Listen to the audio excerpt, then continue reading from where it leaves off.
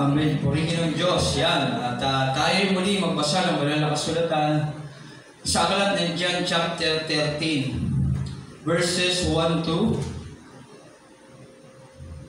38. Yan. Purihin ng Panginoon. Aklat ng John chapter 13. Ang halimbawa ng paghuhugas yan ng paa. Ayan. Halimbawa ng paghuhugas ng paa. Babasahin lang natin ito bilang pagpapatuloy sa ating Bible reading.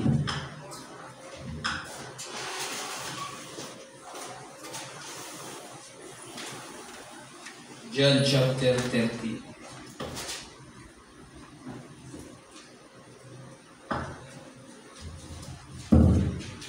Yan, okay, meron siyang tatlong pamagat. Apat na pamagat. John chapter 30. Yan. Ang halimbawa ng paghuhugas ng mga paa. Tayo na mag-pray. Lord, salamat po sa umagang ito. Muli kami po, Panginoon, ay magbubuli-buli ng iyong salita. Pagnubayan mo po kami. Mangyari nawa ang iyong kalooban at tawad maunawaan namin ang iyong mga salita. Purihin ka, ikaw may taas maparangalan sa pangalan ni Jesus. Amen. Amen. Purihin ang ating Panginoon. Palampakan natin ng Diyos sa kanyang lahat ng pagkaling papuri. Purihin ang ating Panginoong Jesus. Yun. John chapter 13 verse 1. Sabi rito, bisperas na noon ng Pasko. Alam na Jesus na dumating na ang panahon ng kanyang pag-alis sa daigdig na ito upang bumalik sa Ama. Mahal niya kanyang mga tagasunod na nasa daigdig at sila'y iniibig niya hanggang sa wakas. Bisperas noon ng Pasko at si Jesus kasi all-knowing God. Okay? Tandaan ang Diyos, si Jesus. Meron siyang katangian, omnipotent, omnipresent, omniscient God. At isa sa kanyang katangian, omniscient. Yan. Sabi rito, alam ni Jesus na dumating na ang panahon ng kanyang pag-alis. Alam niya yon na talagang aalis na siya sa mundong ito kasi tapos na ang kanyang tungkulin. Okay? Pag-alis sa daigdig na ito upang bumalik sa Ama. Mahal niya ang kanyang mga tagasunod na nasa daigdig at sila'y iniibig niya hanggang sa wakas. At mahal na mahal niya yung mga tagasunod niya sa daigdig. Kasama na tayo ron ngayon kasi tayo yung mga Kristiyano na ibig sabihin tagasunod ni Kristo. At si Jesus Christ ang ating huwaran sa lahat. Okay? Sa panahon ng hapunan, inilagay na ng Diablo sa isip ni Judas na anak ni Simon Iscariote na ipagkalano niya si Jesus sa mga Hudyo. Ibig sabihin, pinaisip ni Satanas kay Judas na ipagkalano niya si Kristo kasi merong mga tao na talagang gustong takpi si Jesus ng panahon, mga umuusig sa kanya. Nalalaman ni Jesus na ibinigay na ng Ama sa kanya ang buong kapangyarihan. Alam din niyang siya'y mula sa Diyos at babalik sa Diyos. Alam niya na yung tungkulin na dapat niyang gawin. At alam niya na ang purpose niya kung bakit siya nandito sa mundo. Okay? Kaya siya'y tumayo mula sa hapag, nag-alis ng panlabas na balabal at binigkis ng tuwalya sa baywang. At nagbigkis ng tuwalya sa baywang. Pagkatapos, naglagay siya ng tubig sa palanggana at simulang hugasan ang paa ng mga alagad at pinunasan ng tuwalyang nakabigkis sa kanyang baywang. Paglapit niya kay Simon Pedro, tumutol ito. Sinabi niya, Panginoon, kayo ba ang maghuhugas ng aking mga paa? Kasi talagang ginagalang niya si Jesus at iniisip niya na uhugasan ang paa niya. Samugot si Jesus, hindi mo naunawaan ngayon ang ginagawa ko. Muli, maunawaan mo rin pagkatapos. Okay? Muling nagsalita si Pedro, hindi ko pahugasan sa inyo ang aking mga paa. Ngunit sinabi ni Jesus, malibang hugasan kita, wala kang bahagi sa akin. Okay? Dahil dito ay sinabi ni Simon, Pedro, kung gayon, hindi lamang ang mga paa ko, kundi pati na rin ang aking kamay at ulo. Samugot si Jesus, ang nakapaligo na ay hindi na kailangang hugasan pa, maliban sa kanyang mga paa, sapagkat malinis na ang buo niyang katawan at kayo'y malinis na, subalit hindi lahat. Okay? Dahil kilala ni Jesus kung sino ang magkakanano sa kanya, sinabi niyang malinis na sila. Subalit hindi lahat. Kasi si Judas nga, yung mga sila yung mga alagad niya, tapat sa kanya, ngunit hindi lahat. Nang mahugasan na ni Jesus ang kanilang mga paa, muli nilang isinuot ang kanilang balabal at nagbalik sa hapag. Siya ay nangusap sa kanila, naunawaan ba ninyo kung ano ang ginawa ko sa inyo? Tinatawag ninyo akong guro at Panginoon, at tama kayo sapagkat ako nga iyon. Dahil akong Panginoon at guro ninyo ay naghugas ng inyong mga paa, dapat din ninyong gawin ito sa isa't isa. Okay, dapat gawin din ito sa isa't isa.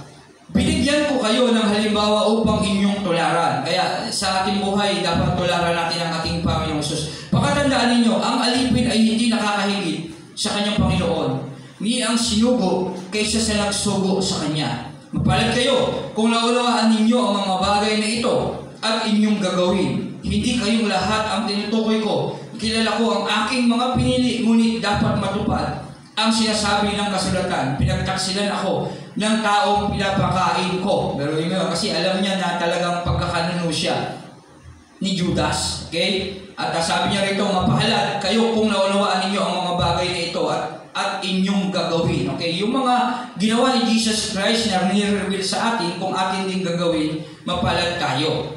Kaya lang, hindi kayong lahat ang tinutukoy ko. Hindi tayo lahat, kundi yung tinutukoy lang na ni Jesus Christ, yung mga gagawa na tutularan yung kanyang ginagawa. Tutularan ang kanyang kaisipan. Tutularan ang kanyang buhay. Tutularan ang kanyang misyon sa mundong ito. At dapat tayo yun. Okay? Dapat yung mga bagay na ginagawa ni Jesus Christ, tularan natin upang hindi tayo makabilang sa hindi lahat. Hindi kayong lahat ang tinutukoy ko kasi si Judas nga hindi nga kasama sa mga tinutukoy niya kasi alam niya na si Judas ang magkakanuno sa kanya. Kaya dapat hindi natin tularan si Judas na nagkanuno sa ating Panginoong Hesus. Dapat lahat tayo ngayon na sinasabihan ng salita ng Diyos ngayon sa talatang ito ay tularan ang ating Panginoong Hesus na dapat naglingkod sa isa't isa. Okay? Nagmalasakit sa kapwa, ginawa ang misyon na dapat gawin. Okay? Ngunit dapat matupad ang sinasabi sa kasulatan, pinagtaksilan ako ng taong pinapakain ko. Kasi sa lahat ng pagkakataon, si Jesus na talaga nasandalan nila sa lahat ng oras, nagpagaling ng may sakit, nagpakain sa mga nagugutom, at naglingkod sa lahat ng pagkakataon. At kahit gano'n, may mga tao pa rin talagang pinagtaksilan siya. Isa na nga si Judas sa mga tao na yun. Sinasabi ko ito sa inyo bago pa mangyari upang kapag ito'y nangyari na, sasampalataya kayo na ako nga. Pakatandaan ninyo, ang tumatanggap sa sinugo ko ay tumatanggap sa akin, at ang tumatanggap naman sa akin ay tumatanggap sa nagsugo sa akin. Okay? Pagkasabi nito, si Jesus ay labis na nabagabag at nagpahayag sa kanila. Pakatandaan ninyo, ako'y pagtataksila ng isa sa inyo. Nagsimulang magtinginan ang mga alagad sapagkat hindi nila alam kung sino ang kanyang tinutukoy. Katabi noon ni Jesus ang alagad na minamahal niya, kaya't sinenyasan niya siya ni Simon Pedro at sinabihan, itanong mo nga kung sino ang tinutukoy niya. Ayan, sino yung alagad na pinakamamahal niya? Because sa Bible, si John the Beloved. Okay, si John the Beloved yun. At sinenyasan ni Pedro na itanong mo nga kung sino ang tinutukoy niya. Humilig ang alagad na ito sa dibdib ni Jesus at nagtanong, Panginoon, sino po ba iyon? Siya ang taong aabutan ko ng tinapay na aking isinausaw. Sagot ni Jesus. Nagsausaw nga siya ng tinapay at ibinigay iyon kay Judas, na anak ni Simon Iscariote. Matanggap ni Judas ang tinapay, pumasok sa kanya si Satanas. Sinabi ni Jesus kay Judas, gawin mo na ang dapat mong gawin. Okay? Walang sino man sa mga kasalo ni Jesus ang nakaunawa kung bakit siya sinabihan iyon. Hindi nila intindihan. Nang time na yun. Di ba nagtanong si John the Beloved, sabi ni Jesus, yung sasasawa mo lang tinapay ito at aabutan ko. At iyon nga, binigay niya kay Judas, pero hindi pa rin nila intindihan. Okay? Walang sino man sa mga kasalo ni Jesus ang nakaunawa. Okay? Kahit siya, si Pedro, si John na nagtanong, di rin nila intindihan. Dahil si Judas ang may hawak ng kanilang salapi kasi may katungkulan siya.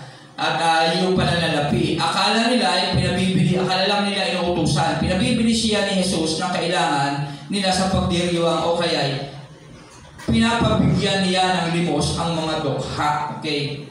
Nang makain na ni Judas ang tinapay, kaagad ito umalis. Noon ay gabi na. Pag-alis ni Judas ay sinabi ni Jesus, ngayon, mahayag na ang karangalan ng anak ng tao. At sa pamamagitan niya ay mahayag din ang karangalan ng Diyos. At kapag nahayag na ang karangalan ng Diyos sa pamamagitan ng anak ng tao, ang Diyos naman ang maghahayag ng karangalan ng anak. At ito'y gagawin niya agad. Mga anak, kaunting panahon na lamang ninyo akong makakasama. Sabi niya na kasi malapit na siya talagang ipako sa krus. Hahanapin ninyo ako, ngunit sinasabi ko sa inyo ngayon, ang sinasabi ko noon sa mga Hudyo, hindi kayo makakapunta sa pupuntahan ko. Isang bagong utos ang ibinigay ko sa inyo ngayon, mag-ibigan kayo. Kung paano ko kayo iniibig, apat na pamagat to, at iba na itong pamagat na ating tinatalakay. Okay? Ang bagong utos na. Okay? Verse 34. Isang bagong utos ang binibigay ko sa inyo, ngunit mag-ibigan kayo kung paano ko kayong iniibig, gayon din naman ang mag-ibigan kayo. O ito na yung utos ng Diyos sa atin na dapat natin ginagawa sa ating buhay. Okay? Ngayon wala na ating Panginoong Jesus, literal, hindi na natin siya kasama. Ito na yung dapat natin ginagawa sa ating buhay. Dapat nagkakaroon tayo ng malasakit sa isa't isa, nag-iibigan. Kung kayo'y mag-iibigan, makikilala ng lahat na kayo mga alagad ko. Itong verifikasyon na talagay tayong alagad ng ating Panginoon Jesus kung tayo'y nag-iibigan sa isa't isa. Saan po kayo pupunta, Panginoon? Tanong ni Simon, Pedro, sumagot si Jesus, sa pupuntahan ko'y hindi ka makakasunod ngayon. Ngunit, susunod ka pagkatapos. Sumagot si Pedro, bakit po hindi ako makakasunod sa inyo ngayon? Buhay ko may iaalay ko para sa inyo. Sumagot si Jesus, iaalay mo ang iyong buhay dahil sa akin, papatandaan mo bago tumilaw kung manok, 3 beses po ako ikakaila. Okay, yun, nangyari nga ito, alam na natin ito Sa totoo na yung pinalabas ito Di ba? Sa Passion of Christ, na talagang pinagkakalulo ni Pedro si Jesus Christ. Okay, alam ko familiar na sa atin ang mga nabasa natin na mga kapahayagan kasi yung Passion of Christ yung palabas, ito yun Yan, ay sinasa buhay nila yun, ipinalikula. Kaya halos tayo lahat nakapanood na ito. Na nakilala na natin, nalaman na natin yung istorya ito at binigyan na lang tayo ng review ng banal na kasulatan at dapat din natin talaga aralin ng higit ito. Okay? Pinasasabi ng ating Diyos sa atin na dapat yung pagiging si Kristo nung siya'y naging tao, dapat siya yung maging huwaran sa ating buhay. Okay? Dapat naglilingkuran tayo sa isa't isa. Yung paglilingkod na dapat hindi tayo ang pinaglilingkuran. Dapat tayo ang naglilingkod sa bawat isa sa atin. Okay? Dapat iukulan natin ng lubos na pagtingin ng iba. Sa totoo lang, kasi yun talaga ang nararapat natin gawin. Okay? Magiging tapat tayo dapat sa tungkulin na ibigay sa atin ng ating Panginoong Jesus. Okay? John chapter 14. Medyo maaga pa naman. Tuloy na natin sa John chapter 14. Si Jesus ang daan. Binigyan tayo ng huwaran ng ating Panginoong Jesus na dapat natin gawin sa ating buhay. Sa John chapter 13. Na dapat tayo ang dapat paglilingkod. Hindi tayo ang paglilingkuran. Okay? At dapat, sa paglilingkod na yun, dapat may pag-ibig na ating pinakikita. Gawin natin yun ng may pag-ibig sa ating mga puso. Yung paglilingkod natin na yun sa iba. Gamit yung pag-ibig ng Panginoon sa ating mga buhay. Okay? Kagaya ng pag-ibig ng ating Panginoong Jesus. Si Jesus ang daan. Sabi rito, huwag na kayong mabalisa. Sumampalataya kayo sa Diyos. Sumampalataya din kayo sa akin. Sa bahay ng aking Ama ay maraming silid. Kung hindi ito totoo, sasabihin ko ba sa inyong pupunta ako roon upang ipaghanda ko kayo ng inyong matitirhan. At kapag ipaghanda ko na kayo ng matitirhan, ako'y babalik at isasama ko kayo upang kayo'y makapiling ko kung saan ako naroon. At alam na ninyo ang daan sa pupuntahan ko. Sinabi sa kanya nito, Mas Panginoon, hindi po namin alam kung saan kayo pupunta. Paano namin malalaman ang daan? Sumagot si Jesus, Ako ang daan, ang katotohanan at ang buhay. Walang makapupunta sa Ama, kundi sa pamamagitan ko. Kasi sabi ni Jesus Christ, hindi kayo makakapunta sa pupuntahan ko kanina. At ang pupuntahan niya, ang lugar kung saan naroroon ang Ama, ang kaharian ng Diyos. At sabi ni Jesus, hindi sila makakapunta ron. Sumagot naman si Tomas, Panginoon, di kasi namin alam kung saan kayo pupunta. Ngayon, ang pupuntahan ni Jesus, yung lugar kung nasaan ang Ama, ang kaharian ng Diyos. At hindi makakapunta ang mga alagad niya doon. Pero darating na araw na makakapunta at maging kahiman ay pupunta doon. Kung tayo ay maghahari ang ating Panginoon sa atin. Kaya sabi nito sa 6, sumagot si Jesus, ang daan, papunta sa pupuntahan ko, ako ang daan, ang katotohanan at ang buhay. Walang makakapunta sa Ama kundi sa pamamagitan ko. Kailangan natin si Jesus para makapunta ron pagdating ng panahon. Kung ako'y kilala ninyo, kilala na rin ninyo ang aking Ama. Mula ngayon ay kilala na ninyo siya at inyo nang nakita. Kasi si Jesus ang lumalarawan sa Diyos, sa Ama. Kaya kung kilala natin si Jesus, kilala na natin ang Diyos kasi siya at ang Ama ay iisa. Wala siyang ibang ginagawa kundi ang gawain ng kanyang Ama. Kaya kung paano ang ginagawa ng Jesus, yun din ang ginagawa ng Ama. Kaya kapag nakita natin si Jesus sa ating mga buhay, nakita na rin natin ang Diyos. Sinabi sa kanya ni Filipe, Panginoon, ipakita po ninyo sa amin ang Ama at masisiyahan na kami. Sumagot si Jesus, Filipe, kahit tagal na ninyo akong kasama. Okay? Hanggang ngayon, hindi mo pa ako kilala. Ang nakakita sa akin ay nakakita na sa Ama. Bakit mo sinasabing ipakita mo sa amin ang Ama? Hindi ka ba naniniwala ako'y nasa Ama at ang Ama ay nasa akin? Hindi sa akin ang galing ang sinasabi ko sa iyo. Ngunit ang Ama na nasa sa akin ang siyang gumaganap ng kanyang gawain. Okay? Maniwala kayo sa akin. Ako'y nasa Ama at ang Ama ay nasa akin. Kung ayaw ninyong maniwala na sinasabi ko, maniwala kayo dahil sa mga ginagawa ko. Kasi yung ginagawa niya nagpapatunay na talagang nasa kanya ang Ama, ang Diyos na makapangyarihan sa lahat. Sa mga himala. Kasi yung time noon, wala namang ibang kaya maghimala kundi ang Diyos. Kaya sa pamamagitan ni Jesus Christ na naghimala, nakikita nila na ang Diyos ang gumagawa ng mga bagay sa buhay ni Jesus. Okay? Yung patay, bumuhay ng mga patay sa ibang mga talata, sa ibang mga talata ng banal na kasulatan, walang ibang kayang bumuhay ng patay kundi ang Diyos lang. At yun ay ginawa ng ating Panginoong Jesus bilang pagpapakita na talagang ang Ama ay sumasa Kanya, nabubuhay ang Ama sa buhay niya. Subalit yung mga tao noon hindi naniniwala. Pero tayo, dahil alam na natin ito, dapat tayong maniwala at sumampalataya talaga sa ating Panginoong Jesus para lang sa ganoon, naniniwala din tayo sa Diyos sa pamamagitan ng buhay niya. Pakatandaan ninyo, ang nananalig sa akin ay makakagawa ng mga ginawa ko at higit pa kaysa rito sapagkat babalik na ako sa Ama. Ibig sabihin, sa pamamagitan ng pananampalataya natin sa ating Panginoong Jesus, kaya rin natin gawin yung mga bagay na ginawa ng ating Panginoon higit pa sa mga bagay na yun. At ano bang hingin ninyo sa aking pangalan ay gagawin ko upang maparangalan ang Ama sa pamamagitan ng Anak. Kung hihiling kayo sa anuman sa aking pangalan, ito ay aking gagawin. Kaya tayo nagpe-pray sa pangalan ng ating Panginoong Jesus. Dahil naniniwala tayo na lahat ng bagay ay gagawin ng Ama sa pamamagitan ng pangalan ng ating Panginoong Jesus. Kung hihiling kayo sa anuman sa aking pangalan, ito ay aking gagawin. Kung iniibig ninyo ako, tutuparin ninyo ang aking mga itinuturo.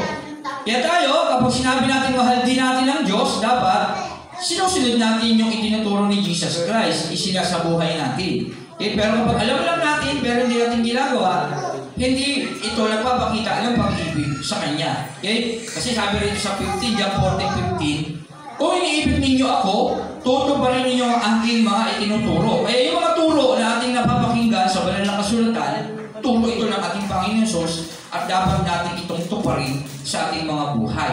Dadalangin ako sa Ama upang kayo bigyan ng isa pang tagapagtanggol na magiging kasama ninyo magpakailanman. Siya ang Espiritu ng katotohanan na hindi matanggap ng sanlibutan sapagkat siya ay hindi nakikilala, ni nakikilala ng sanlibutan. Ngunit nakikilala ninyo siya sapagkat siya ay nasa inyo at siya ay mananatili sa inyo. Yung Holy Spirit na tinatanggap natin sa pangalan ng ating Panginoong Jesus na ibinibigay ng Ama bilang katibayan na tayo ay nagpapasakop sa paghahari ng ating Panginoong Jesus. Hindi ko kayo iiwanan nangungulila. Babalik ako sa inyo. At dahil sa banal na Espiritu, nananatili yung pananampalataya natin at tayo nananabik na muli nating makikita ang ating Panginoon. Amen? Sino rito yung nananabik na makita ang ating Panginoong Jesus sa huli? O katibayan yan yung banal na Espiritu yung nasa atin. Okay? Na yung pananampalataya. Kasi kung wala yung Holy Spirit, hindi tayo mananampalataya sa Diyos. Sa totoo lang. Iba ang ating pananampalataya. Kaunting panahon na lamang at hindi na ako makikita ng mundong ito. Ngunit ako'y makikita ninyo sapagkat mabubuhay ako at mabubuhay rin kayo. Sa araw na iyon ay malalaman ninyong ako'y nasa Ama at kayo na may nasa akin at ako'y nasa inyo. Ang tumatanggap sa mga utos ko at tumutupad nito ang siyang umiibig sa akin. So, talagang kailangan natin tuparin ang utos ng Diyos at sundin ito. Ang siyang umiibig sa akin, ang umiibig sa akin ay iibigin ng aking Ama, iibigin ko rin siya at ako'y lubusang magpapakilala sa Kanya kasi yung Holy Spirit yun na nasa sa atin. Magagawa natin ibigin ng Diyos at magagawa natin makilala ang totoong Diyos, ang kalikasan ng Diyos. Kaya kung wala yun, hindi talaga natin maunawaan, hindi tayo magkakaroon ng discernment sa ating puso na tuklasin pa yung mga bagay na dapat natin tuklasin patungkol sa Diyos. Tinanong siya ni Judas, hindi si Judas Iscariote, Panginoon, bakit po sa amin lamang kayo nagpapakilala ng lubusan at hindi sa sanlibutan? Sumagot si Jesus, ang umiibig sa akin ay tumutupad ng aking salita, iibigin siya ng aking Ama at kami tatahan at mananatili sa Kanya. Ang hindi tumutupad sa aking mga salita ay hindi umiibig sa akin. So, ibig sabihin, pag hindi natin ginagawa ang mga salita ng Diyos o itong banal na kasulatan na ating pinahayag, hindi natin sinusunod, hindi natin iniibig yung Diyos. Ang salitang narinig ninyo ay hindi sa akin, kundi sa Ama na nagsugo sa akin. Hindi naman siya nagsabi nun, kundi yung Diyos na nag-uutos sa Kanya na sabihin ito at ituro sa mga tao. Okay? Sa kanila noon at sa atin naman ngayon. Sinabi ko ito sa inyo ang mga bagay na ito habang kasama pa ninyo ako. Pinapahayag ni Jesus ito noon habang nandoon pa siya kasi wala pang Bible noon eh. Okay? Wala pang ito gaya itong New Testament. Hindi pa ito na isusulat doon. Sa atin ngayon, pinahayag ni Jesus kasi noon siya nagpapahayag literal sa kanyang mga salita. Tayo naman ngayon pinapahayagan ng ating Panginoon sa pamagitan ng banal na kasulatan ito, itong New Testament. Sinabi ko sa inyo ang mga bagay na ito habang kasama pa ninyo ako. Ngunit, ang tagapagtanggol ng Espiritu Santo na isusugo ng Ama sa pangalan ko ang siyang magtuturo sa inyo ng lahat ng bagay at magpapaalala ng lahat ng sinasabi ko sa inyo. Kapayapaan ang iniiwan ko sa inyo, kaya yung Holy Spirit, yan ang kapayapaan ng Diyos. Ang aking kapayapaan ang ibinibigay ko sa inyo. Hindi ito katulad ng kapayapaan binibigay ng mundo. Huwag na kayong mabalisa. Huwag na kayong matakot. Sinabi ko na sa inyo, ako'y aalis, ngunit ako'y babalik.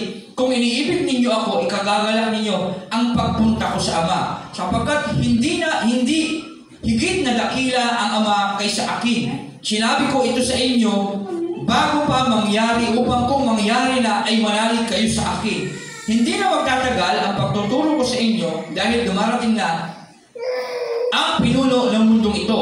Wala siyang kapangyarihan sa akin, gayunpaman ipanahintulot ito upang malaman ng mundong ito na iniibig ko ang Ama at ang ginagawa ko ay ang inuutos niya sa akin. Tayo na, lumakad na tayo. Okay? John 15, tuloy na natin si John 15, maaga pa naman. Basahin na naman natin ito. Okay? Ang tunay na puno ng ubas. Ako ang tunay ng puno ng ubas at ang aking Ama ang tagapag-alaga, inaalis niya ang bawat sangang hindi nagbubunga at kanya namang pinuputulan at nililinis ang bawat sangang nagbubunga upang magbunga pa ng lalong sagana. Nilinis na kayo sa pamamagitan ng salitang sinasabi ko sa inyo. Tayong lahat, kilala na natin ang ating Panginoon, tapos pinagsisihan na natin ko natin mga kasalanan, nag-confess tayo sa Kanya, alam na natin Kanyang mga salita, nilinis na tayo. Kaya, ano dapat natin gawin? Sabi rito sa 4, manatili kayo sa akin. Dapat manatili na tayo sa Kanya. At manatili din ako sa inyo. Na tayo nilinis na, at tinanggap na natin siya, meron tayong bagong buhay, tayo na ngayong born again natin natawag, tayo na ngayong mga Kristiyano, kaya ipinapayo ng ating Panginoon sa atin, manatili tayo sa Kanya. Nang sa ganon, mananatili din siya sa atin. Mananatili din ako. Kung hindi tayo mananatili, hindi rin siya mananatili sa atin. Hindi magbubunga ang sangang hindi nananatili sa puno. Parang sabi niya, hindi nagbubunga yung sanga kapag hindi nananatili sa puno. Halimbawa, yung sanga pinutol mo sa puno, hindi na magbubunga yun. Anong mangyayari doon? Mamamatay na yun, okay? Gayon din naman, hindi kayo magbubunga kung hindi kayo mananatili sa akin.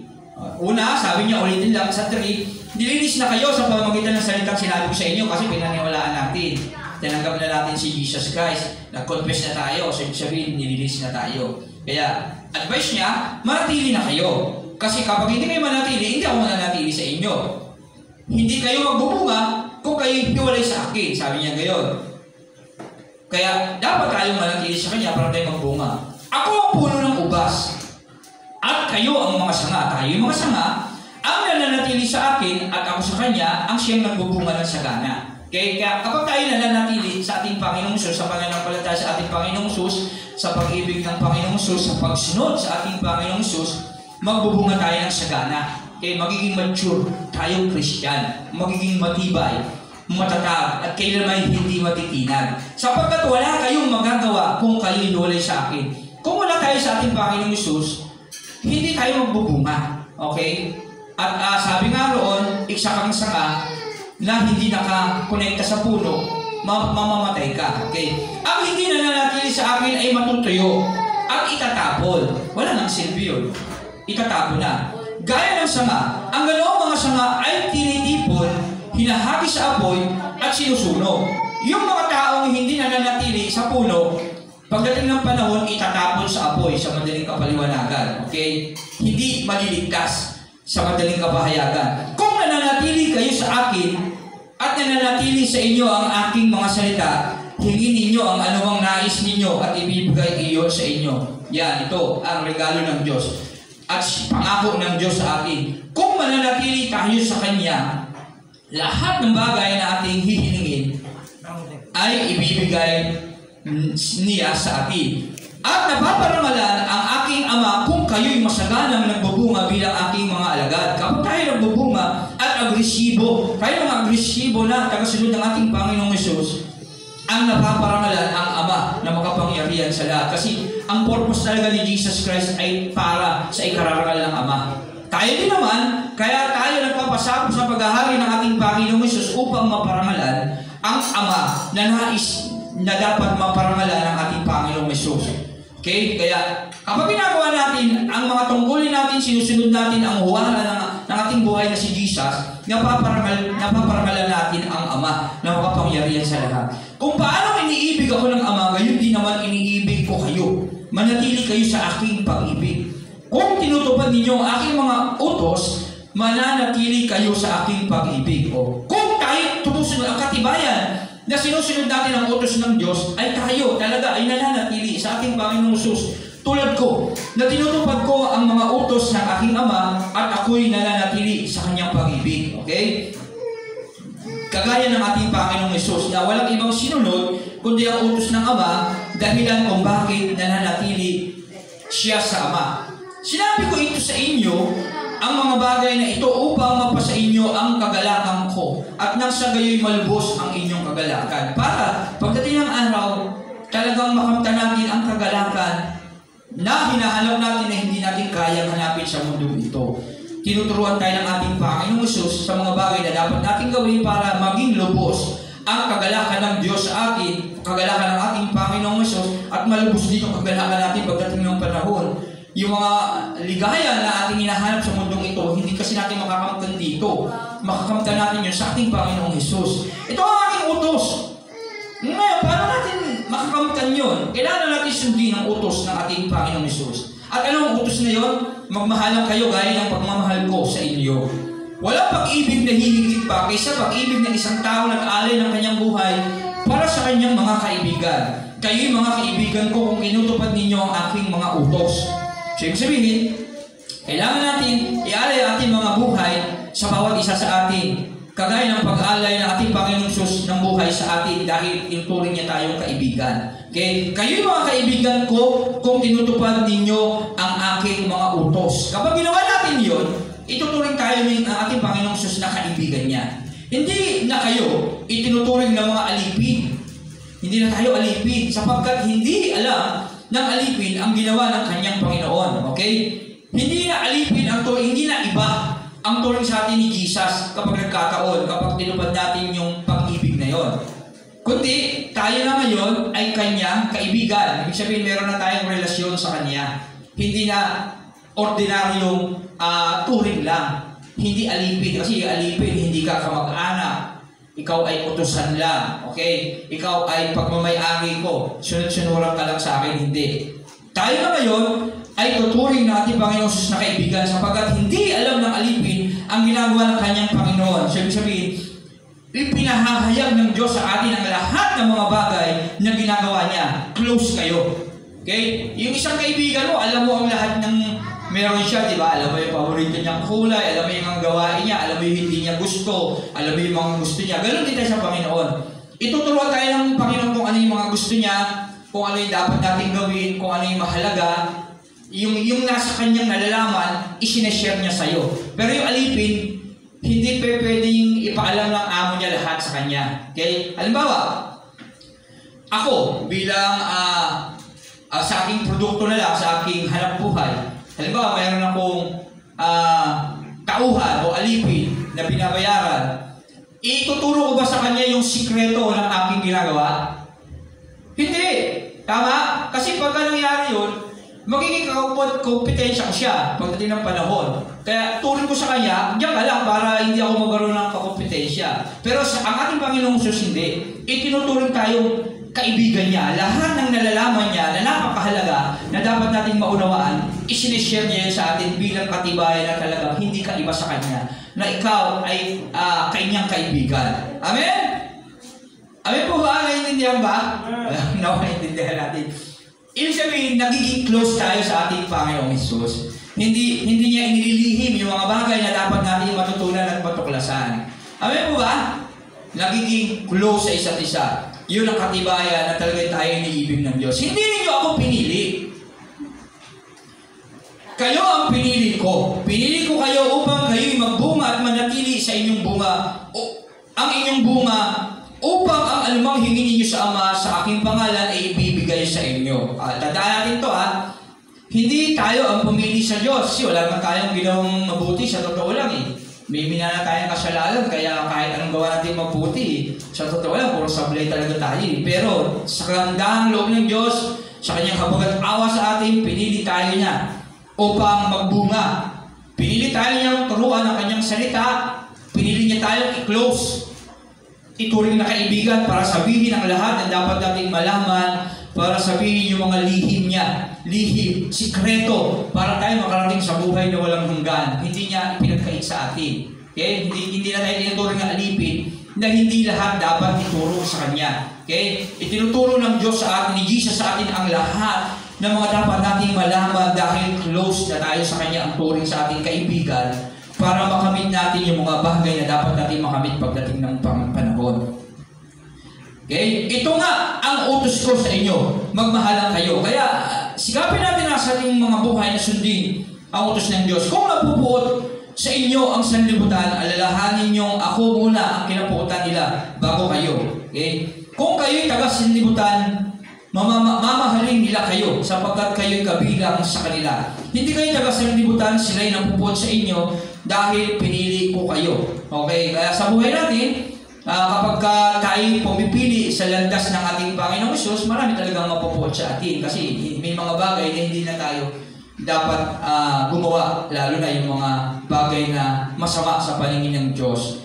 At dahil doon, kapupuotan tayo ng mundo. Magiging iba kasi tayo Magiging iba tayo sa gawain ng mundo. Kaya may pagbabago nang nagaganap. Hindi na tayo nakikiisa sa mga mali. Hindi na natin tinotolerate ang mga mali.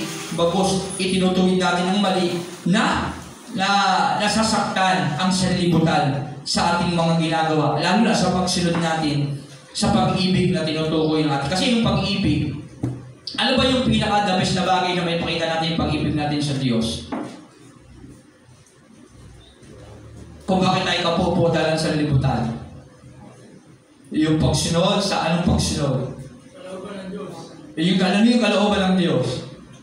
Ibig niyang lahat maligtas. Paano paraan maliligtas ang tao? Sa paghayag ng kanyang mga salita. At dahil doon, kapuputan tayo ng sanlibutan. Pag sinunod kasi natin yung pagkalat ng salita ng Diyos, yun yung magiging dahilan bakit tayo kapuputan ng mundo. Bakit kaya sa tingin niyo? Bakit? Bakit? Dahil? Iba ang paniniwala. Tama yun. Kasi bakit? Masakit kasi salita ng Diyos. Katotohanan, yung Holy Spirit kasi ang gagawa sa buhay mo yan, hindi ikaw. Kaya yung banal na Espiritu dito, pinakikilala sa John chapter 14 kanina. Kailangan natin itong matanggap sa Ama. Kasi kapag tayo lang, hindi natin kayang gawin yung kalooban ng Diyos. Yung tama. Kapag tayo lang sa ating sarili, yung kabutihan lang natin iisipin natin, hindi magiging mabuti yun sa harap ng Diyos. Maliban na lang kung yung banal na Espiritu yung naghahari sa atin, siya magtuturo ng tamang mabuti na dapat natin gawin. At ang kabutihan na dapat natin gawin talaga, yung pag-ibig sa Diyos. Ano yung pag-ibig na yun? Yung pag-ibig sa kapatiran. At ano yung pag-ibig sa kapatiran na yun? Yung paghahayag ng katotohanan sa kanila. Okay? Wala nang iba pang kabutihan na magagawa tayo, kundi ang mabigyan ng kaligtasan ang kapwa-tao. At sa paanong paraan naman maliligtas ang kapwa-tao? Iyon ay sa pamamagitan ng salita ng katotohanan. Salita ng Diyos. At yung salita ng Diyos na yun, hindi biro yun. Masakit yun. Sa Hebreo 4:12, ito'y tabak na magkabala ang tali, masakit. Tumatagos sa ikabutura ng ating mga puso. Iyon yung dahilan kung bakit tayo kamumuhian ng mundo. Dahil sabi ni Brother Kian, iba-iba yung paniniwala. Sabi ng 2 Timothy 3:16, ang salita ng Diyos ay nagtuturo ng tamang katuruan. Pakiano mo, Brother Miron? 2 Timothy 3:16. Gasgas na yan eh. Nagtuturo ng tamang katuruan, nagtutuwid sa likong gawain. Yan. Ang lahat ng kasulatan ay kinasiyahan ng Diyos. At nagagamit sa pagtuturo, medyo malabo siya doon kasi medyo may diferensya yung, ewan ko, nagtuturo sa tamang katuruan, sa pagtatama ng maling katuruan, sa pagtutuwid sa likong gawain, at sa pagsasanay para sa matuwid na pamumuhay. Bilang tayo yung mga pinananahanan ng banal na Espiritu ng Diyos na nakakaalam ng katotohanan, kasi yung Holy Spirit ang nakakasaliksik sa malalim na kaisipan at damdamin ng Diyos. Siya ang nakakakilala sa Diyos.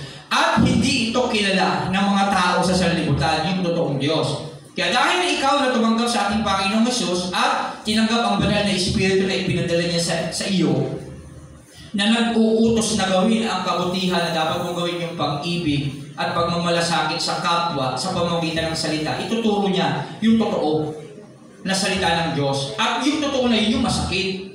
Sasabihin kasi niya yung mali eh. Sasabihin niya masama ang maglasing, masama ang magmura, masama ang makiapid, masama ang sumamba sa Diyos-Diyosan. Eh kung may ibang paniniwala yon na kinamulatan niya sa kanyang mga ninuno, hindi niya matatanggap sa kanyang puso yon.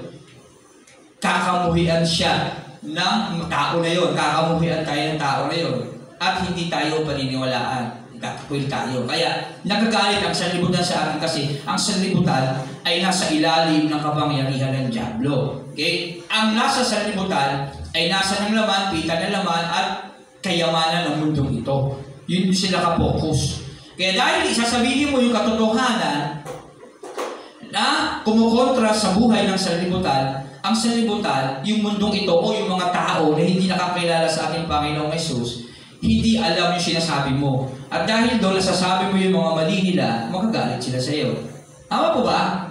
Kaya tayo kinamumuhian ng sanlibutan ngayon. Pero, kailangan kasi natin gawin ang nararapat natin gawin kahit na may mamuhi pa sa atin.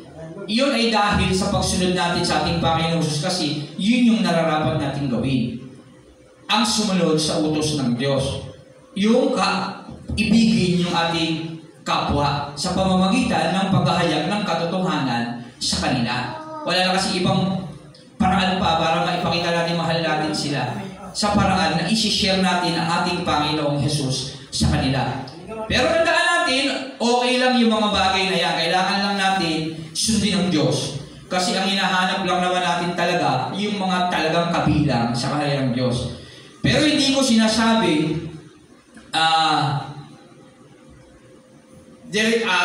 paano mo ba sasabihin ito? Sinasabi ko, lahat ng tao ay talagang open ang Diyos, yung kamay niya sa lahat sa kaligtasan. Pero hindi lahat maliligtas kasi hindi lahat ng tao talaga kayang tumanggap ng salita ng Diyos. Okay? Hindi lahat ng tao pipili sa katotohanan. Kaya marami taong mamumuhi sa atin. Kaya sabi ng Matthew 24, marami ang mapapahamak. Hindi lahat. Okay? Ulitin ko lang.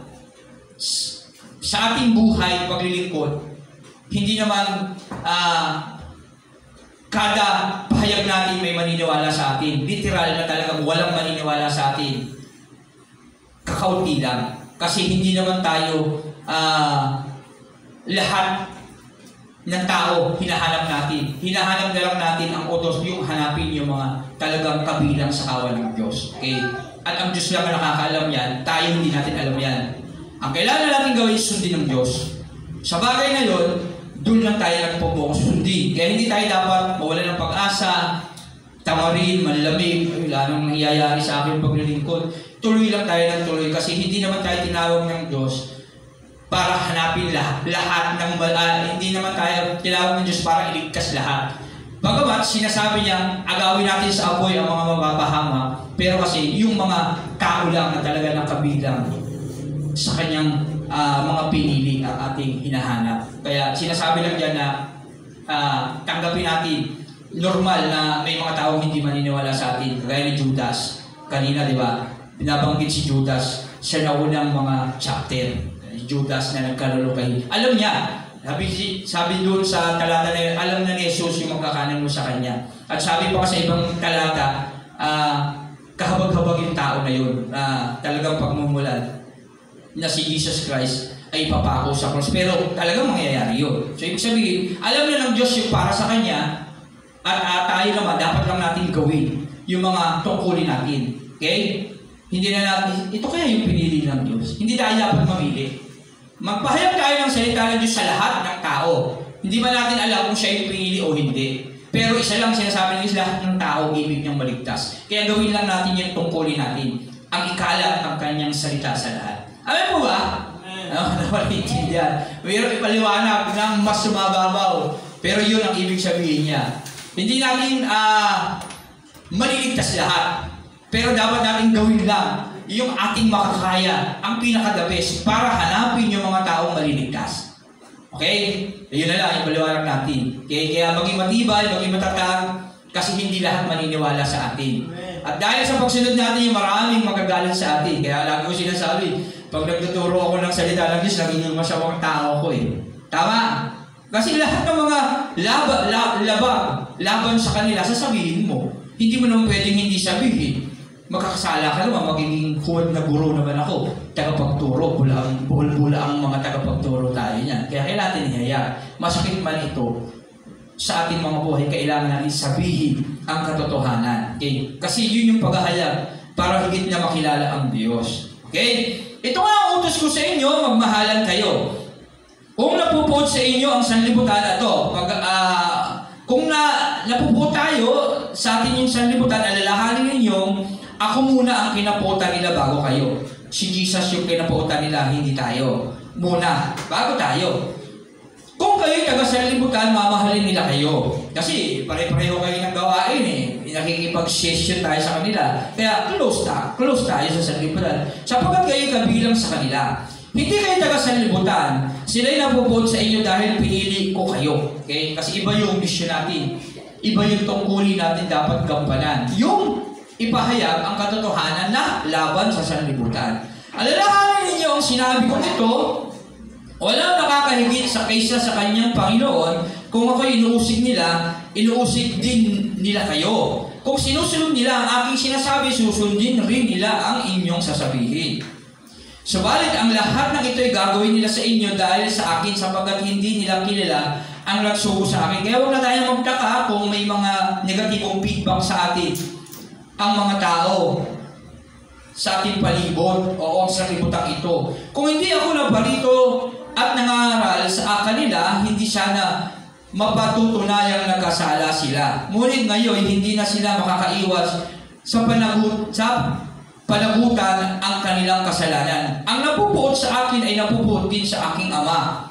Kung yung ating pinahayag, sa totoo lang, hindi naman tayo yung kailang pupuotan nila kung sila yung magagalit sa atin. Kasi wala naman tayong ibang sinasabi kundi yung salita lang naman ng Diyos. Kaya kapag sila yung nagalit sa ating pangangaral, nagagalit sila sa Diyos, hindi sa atin. Ang napupuot sa akin ay napupuot din sa aking Ama. Kaya sa Diyos sila napupuot. Kung hindi ko, kasi once na tinanggap natin ang ating Panginoong Jesus bilang Panginoon Hari ng buhay natin, ang totoo, hindi na tayo ang nabubuhay sa sarili natin. Si Jesus na. Okay? Si Jesus na. Kaya, yung nagsasalita, halimbawa ako, yung nagsasalita dito, hindi ako. Yung banal na Espiritu na nasa sa akin. At si Jesus yun, yung Panginoong Jesus yun.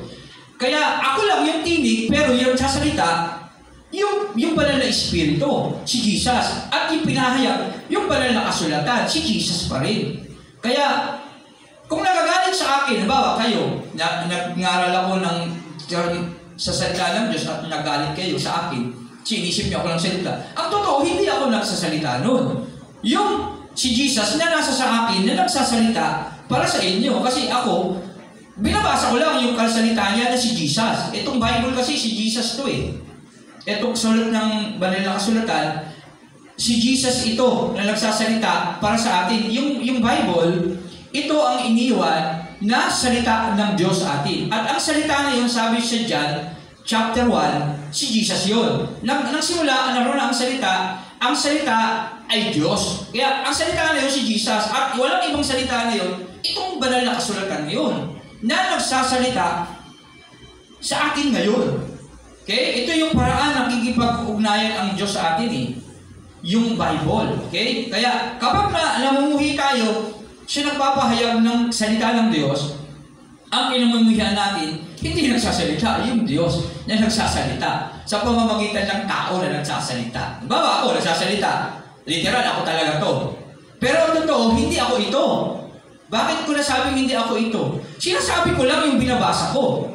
Tama? Halimbawa, ay nakasulat dyan. O, napupuot sa akin, napupuot din sa aking Ama. Ako ba nagsabi ng napupuot sa akin, napupuot sa aking Ama? Oo, ako dahil boses ko to. Pero sinasabi ko lang yung nakasulat sa banal na kasulatan na ang sumulat ang Diyos. At ang sulat na yun si Jesus. Para nakakalito, no? Hindi naman. Nalilito ba kayo? Kaya huwag tayo, sa mas mababaw na kapaliwanagan, huwag kayong mapuot sa taong nagsasalita sa akin na nangangaral. Okay? Kasi pag napuot kayo sa akin, napuot kayo sa Diyos. Kapag hindi ako nagsasalita sa aking sinasabi, binabasa ko lang ang salita ng Diyos na pinapasabi sa akin ng Diyos. Okay? Dahil tungkulin ko ito na ituro ang salita ng Diyos. Okay? Kaya kung mapupuot kayo sa akin, napuot kayo sa Diyos at hindi maganda yun. Okay? Kaya yun. Kaya buksan natin ating puso sa pakikinig sa kanyang salita. Kasi kapag hindi natin binuksan natin mga puso, iba ang ating feedback sa atin yan, negatibo. Talagang mapupuot ka sa nagsasalita. Okay? Pero ang totoo, napuot ka sa Diyos. Okay? Kung hindi ko sana ginawa sa kanilang kalagitnaan ang mga gawaing hindi nagagawa ni Numan, wala sana silang kasalanan. Ngunit nakita na nila ang aking mga gawa, subalit sa kabila nito ay kinabutan pa rin nila ako at ang aking Ama. Okay? Si Jesus, naghimala siya nung panahon. At nung panahon nila, walang ibang kaya maghimala kundi ang Diyos lang. Kapag nung time nila, kapag nakapagpagaling ng may sakit, nakapagkumita ang bulag, nakakita ang bulag, nakapagsenta ang pipi, at bumuhay ng patay, walang ibang kaya gumawa niyan kundi ang Diyos. At ginawa yun ni Jesus. At alam nilang hindi kayang gawin ng sino mang tao yun. At alam din ng mga Pariseo, ng mga paari nung panahon yun. Pero hindi nila matanggap na talagang si Jesus Christ ay talagang anak ng Diyos. Na bagamat nagpapakilala na si Jesus nung panahon na yun na siya ay siya na nga. Siya na nga ang kaisa-isang anak ng Diyos na hinihintay nilang lahat. Okay? Dahil sa pride na meron sila, hindi nila pinakinggan ang salita ng Diyos, kinapuutan nila ang ating Panginoong Hesus. Okay? Kaya tayo, lahat ng mga bagay na ginawa ng ating Panginoong Hesus na nasaksihan na natin, ang kailangan lang natin tanggapin sa ating mga buhay talaga na talagang ang ating Panginoong Hesus ay tunay na Diyos. Okay? Huwag natin tularan yung mga tao noon na talaga nasaksihan na nila ang kanilang mga mata. Talagang hindi pa rin sila naniwala. Subalit nangyari ito upang matupad ang sinasabi sa kanila ng kautusan. Kasi noong pa man, propesiya na yan, talagang mangyayari. Napuot sila sa akin ng walang dahilan. Kasi wala naman dahilan, ba't sila napuot kay Jesus Christ? Nagpagaling na nga siya, nagpakain ng nagugutom, nagturo pa ng salita ng Diyos. Walang dahilan. Para mapuot sila. Ang dahilan lang, dahil nasapawan sila ni Jesus Christ ng panahon na yun, at dahil si Jesus Christ ay anak ng karpintero, hindi nila pinaniwalaan na talagang si Jesus Christ ay anak ng Diyos na hinihintay na nila. Ngunit sa pagdating ng tagapagtanggol ng Espiritu ng katotohanan, nasusubuhin ko mula sa Ama ang magpapatotoo siya tungkol sa akin at magpapatotoo rin kayo tungkol sa akin sapagkat pasimula pa'y kasama ko na kayo. Okay? Kaya napakalaga ng banal na Espiritu sa ating mga buhay para higit natin makilala ang Diyos. Kilala natin ang ating Panginoong Hesus ng lubos at matanggap natin yung mga bagay na dapat natin tanggapin sa ating mga buhay. Kaya tayo, lagi natin hilingin natin sa Diyos ang banal na Espiritu para higit natin maintindihan yung mga bagay na dapat natin pang maunawaan sa ating buhay na ito. Amen? Tandaan natin yan, ha? Wala tayong dapat ibang gawin sa mundong ito kundi sundin yung utos ng Diyos sa atin na makipag-isa tayo sa ating Panginoong Hesus at nang sa galon, mabuhay tayo sa Kanyang buhay, yung Holy Spirit kumala sa ating puso at magawa natin ang mga bagay na dapat natin gawin. Kasi sa ating sarili, hindi natin kayang gawin yung mga bagay na ipinagagawa ng Diyos. Maliban na lang pag tinanggap natin yung Holy Spirit na gagawa para sa atin ang mga bagay na dapat natin gawin. At maintindihan natin yon sa pamamagitan ng banal na Espiritu ng Diyos. Amen? Ayaw po ba? Okay, tandaan niya na ang utos ng Diyos, mag-ibigan tayo. At ang pag-ibig na yun, higit natin maipakikita kapag isineshare natin ang salita ng Diyos sa lahat. Kaya tayo walang tigil na mag-share ng salita ng Diyos. Amen? Palakpakan natin ating Panginoon. Yung Diyos. Salamat sa kanyang buhay at wala na salita. At dahil anong oras na mag-10 na 8:40 na 9:40 na tapusin natin ang Bible reading. Tapos tayo si John 15. Kanina, nagsimula tayo sa John 13. Binasa lang naman natin hanggang 15 kasi ang purpose natin basahin ito. Okay? Tayo mag-pray. Lord, salamat po sa umagang ito na kami nakapagbasa muli ng iyong banal na kasultan. Lord, alam namin na marami pa kaming dapat matuklasan sa iyo. Nawa, Panginoon, kauhawa namin laging binubuli-buli ito. At Lord, hiling namin sa iyo ang patnubay, ang banal na Espiritu na patuloy sa aming paunawa, Panginoon, upang higit namin maintindihan at magawa ito sa iyong kalooban, Panginoon. Salamat, purihin ka, patnubayan mo kami sa aming susunod na gawain. Ikaw ang may taas na parangalan sa pangalan ni Jesus. Amen. Amen. Palakpakan natin ng Diyos at tayo pwede na mag-CR bago tayo dumako sa ating pangalawang gawain, ang pagsamba sa ating Panginoong Jesus. Amen. Yeah, Brother Niron.